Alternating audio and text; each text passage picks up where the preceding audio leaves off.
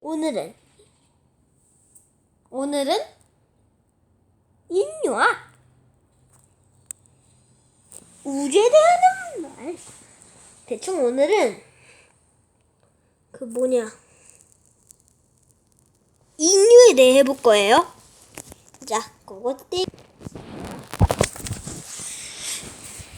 그래서 대충 하려는 게 뭐냐면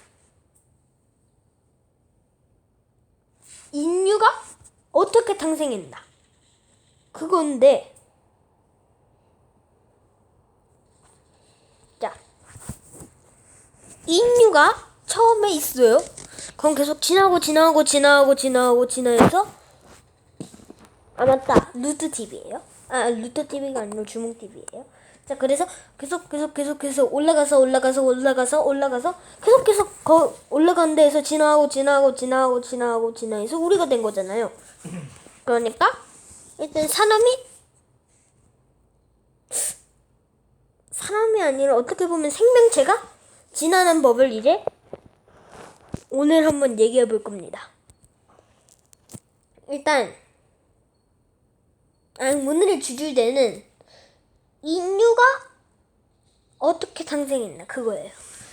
오늘은 일단 어떻게 진화했는지, 생명체가 어떻게 진화했는지 알아야 돼요. 그래서 생각해보니까 진화를 할 수 있는 가지수가 2개더라고요. 근데 물론 그건 말이 안 돼요. 일단 첫 번째, 말이 안 되는 한 가지 상황. 고래 조상은 원래는 육지에 살았어요. 고래의 조상으로 진화의 예를 한번 들어볼게요. 고래의 조상은 땅에서 걷고 이랬는데 이제 천적이 많고 먹잇감이 별로 없으니까 바다에 가서 살고 싶은 거예요. 그래서 딱 바다에 가서 살고 싶다라고 해서 딱 바다에 가서 바다에 살아야지, 진화해야겠다 하고 바로 1초 만에 되는 건 아니잖아요. 맞다. 오늘 제가 하는 건 다 가정입니다. 가정. 물론 진짜로 맞을 수도 있지만 어쨌든 그래서 그게 어쨌든 0.1초 만에 딱 진화가 되는 건 아니니까 다른 가지수도 하나를 또 말해볼게요. 이제 진화를 하려면 일단 진화의 요건 첫 번째는 환경이 따라서인데, 그 환경에 따라서 환경이 바다라면 지느러미나 아가미고 생기고, 그게 땅이면 허파나 이런 게 생기는 건데, 지금 걔는 고래의 조상은 이제 또 바다에 가서 살 거잖아요.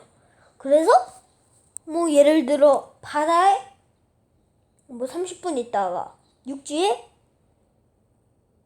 한 23시간 반 있다가, 그러다가 갑자기 바다에 1시간, 2시간, 3시간, 4시간, 5시간, 6시간, 7시간, 8시간, 9시간, 10시간, 12시간, 11시간, 12시간 이렇게 올라가는 거잖아요. 그럼 땅에 있는 시간은 계속 줄어들어서 12시, 11시, 12시간, 11시간, 10시간, 9시간, 8시간, 7시간, 6시간, 5시간, 4시간, 3시간 이렇게 되는 거니까, 아마도 진화는 점점 그 환경이 익숙해져서 그 환경에 대해 필요한 아가미나 이런 게 발달한다는, 그쪽으로 장기가 변형된다는 얘기인데, 진화는 결국 그러면 대충 인류의 거의 조상을 알아본다면, 인류의 첫 번째 단계를 말한다면 오스트랄로피테쿠스에서 네안데탈 트라인 요거였나? 어쨌든 거기서 이제 호모사피엔스 지금은 포노사피엔스라고 불리는데 그 다음은 포노사피엔스일 거고 그 다음은 또 다른 사피엔스일 거예요. 그러니까 이제 이렇게 되는데 막 계속 거슬러 올라가면 오스트랄로피테쿠스의 조상은 막 유인원, 막 고릴라 뭐 이런 애들이 있는데 원숭이는 유인원이 아니니까 원숭이는 아닌 거고 그러니까 계속 올라가 보면 또 올라가고 하면 이제 마지막에 한 종류의 생명체가 있을 거예요. 그러면 이 세상 모든 생명체는 한 가지의 생명체다 이럴 수 있어요. 오늘은 근데 또 다른 주제가 하나 더 있는데 바로 우주에 대해서거든요. 어떻게 보면 빅뱅이 우주의 한 자연재해일 수도 있어요. 뭐 빅뱅 이론이 우주의 에너지가 막 엄청나게 많다가 갑자기 팽창해서 한 번에 딱 펑 터진 사건인데 물론 이론이지만 어쨌든 그래서 그게 뭐라고 해야 되냐? 우주의 한 차원과 또 두 개의 차원이 있을 수도 있어요. 근데 그 한 차원과 그 또 다른 두 개의 차원을 딱 우리 지구의 멘탈과 멘탈이 부딪히면 지진이 일어나는 것처럼 그 또 한 차원과 그 다른 차원이 부딪혀서 우주의 지진이 일어난 거예요. 그러니까 막 나중에 뭐 어떤 책이 있는데 거기에 모든 수명이 적혀 있거든요. 뭐 거기랑 뭐 다른 차원이랑 또 다른 차원이랑 할 때 우주가 딱 죽어갈 때 그 다른 차원이랑 이 차원이랑 딱 부딪혀서 한 번에 더 거대한 빅뱅 같은 뭐 그런 초거대 지진이 일어날 수 있는데 여기서 또 블랙홀이 끼어들어요. 블랙홀은 별이 죽으면 때로 터질 중성화된 별이 딱 터지면서 나타나는 천체인데 그게 우주가 터지면서 우주와 막 이렇게 하다가 지진이 심하면 땅이 갈라지니까 막 이렇게 하다가 우주가 갈라져서 딱 이렇게 초거대 막 블랙홀이 펑 하고 생겨날 수도 있는 거니까. 물론 근데 블랙홀의 특성을 가르쳐보면 아무리 빠른 빛은 1초에 지구를 7.5바퀴를 도는데 그런 빛이 엄청나게 빠른 거거든요. 근데 이 빛이 블랙홀에 빨려 들어가. 근데 그 초거대 블랙홀이면 막 다른 블랙홀도 막 다 삼켜버리고 이러는데 블랙홀 딱히 이거까지는 넘어가진 않으려고 했는데 딱 블랙홀을 타면 웜홀이라는 게 있을 수도 있는데 이 웜홀을 지나면 화이트홀이라는 게 생겨서 그걸로 다른 차원으로 이동하는 블랙홀이 한 개의 이동수단이거든요. 근데 그렇게 따지면 또 아까 전에 제가 말씀드렸던 이 다른 차원이랑 이 차원이랑 부딪히는 거랑 블랙홀이랑 관련이 있다는 사실이죠. 그래서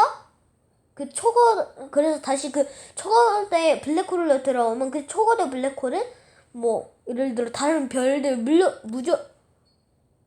물론 다른 블랙홀들도 별들을 빨아들이긴 한데 그 초거대 블랙홀은 블랙홀도 빨아들일 수 있다는 그 얘긴데 이게 똑같이 초거대 블랙홀이 있으면 아까 전에 얘기했던 웜은 초거대 웜을 그 다음이 웜홀을 통해서 빠져나오는 데가 화이트홀인데 그 다음에 초거대 화이트홀이면 근데 또 신기한 거는 우주보다 블랙홀의 수명이 더 많다는 거예요. 왜냐면 블랙홀도 한 천체인데 천체는 우주에 있는 건데 어떻게 우주가 없어졌는데 어떻게 천체 중에 하나인 블랙홀이 남아 있느냐? 그게 또 궁금한 거거든요. 뭐 그래서 블랙홀의 수명은 막 10제곱 62m 뭐 이런 건데 년인데 뭐 어쨌든 그래서 이게 블랙홀이 엄청나게 오래 살 뿐이 아니라 블랙홀이 또 하나의 천체이자 우주라는 것도 할 수 있는데 그렇게 따지면 우주가 엄청나게 많은 거예요. 모든 별들이 죽으면 거의 다 블랙홀이 생기는데 이 블랙홀이 아까 전에 블랙홀이 다른 차원으로 이동하는 교통수단인데 계속 생겨날 때만 뭐 딱히 말하자면 계속 생겨날 때마다 어차피 뭐 하나의 다른 차원으로 간다느냐 블랙홀이 하나 생길 때마다 다른 차원이 생기느냐거든요. 그래서 이 블랙홀이 하나의 천체이자 우주일 수도 있다는 거예요. 이렇게 오늘은 끝났습니다. 네, 저도 새로운 재능을 하나 발견했네요. 오늘 처음인데 이게 재밌게 봐주시면 좋겠고요. 중간에 제발 꺼주시지 않으면 좋겠어요. 어쨌든 구독과 좋아요 꾹꾹 눌러주시고 다음에 만나요.